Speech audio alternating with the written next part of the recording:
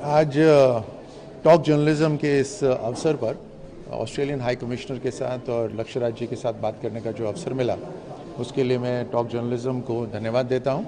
और ऑस्ट्रेलिया एक sporting power house है।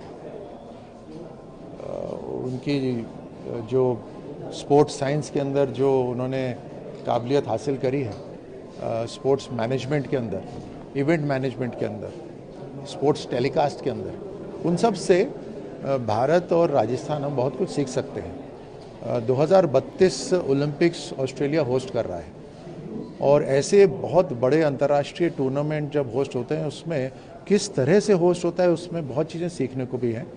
और 2036 ओलंपिक्स जो भारत होस्ट करने की उम्मीद में है, काम कर रहे हैं, तो निश्चित रूप से किस तरह से पिच करना है, किस तरह से होस्ट करना होगा, बहुत सारी चीज़ें हम उनसे सीख सकते हैं।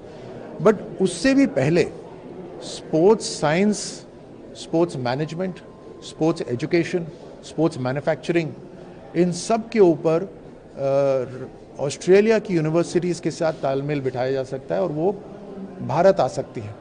तकरीबन 1 लाख से ज़्यादा स्टूडेंट्स हमारे भारत के ऑस्ट्रेलिया में पढ़ाई कर रहे हैं, लेकिन उनसे 10 गुना ज़्यादा स्टूडेंट्स को लाभ मिलेगा अगर ऑस्ट्रेलिया की यूनिवर्सिटीज़ राजस्थान की यूनिवर्सिटीज़ के साथ टाई अप कर लें। तो आज इसी के ऊपर चर्चा हुई और जब इस तरह की चर्चाएं होती हैं तो निश्चित रूप से कहीं ना कहीं फ़र्क पड़ता है और सुधार होता है।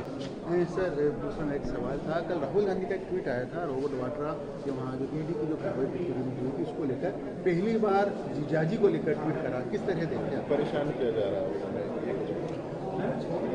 परेशान तो जीजाजी और इनके परिवार ने पूरे भारत को कई दशकों से करा हुआ है और एक नहीं अनेक चीज़ें हैं जिसके अंदर इन्होंने भारत के लिए कानून एक और इस परिवार के लिए कानून अलग, कितने ही ऐसी चीज़ें हैं जिसके अंदर इनके परिवार के नाम आ रहे हैं।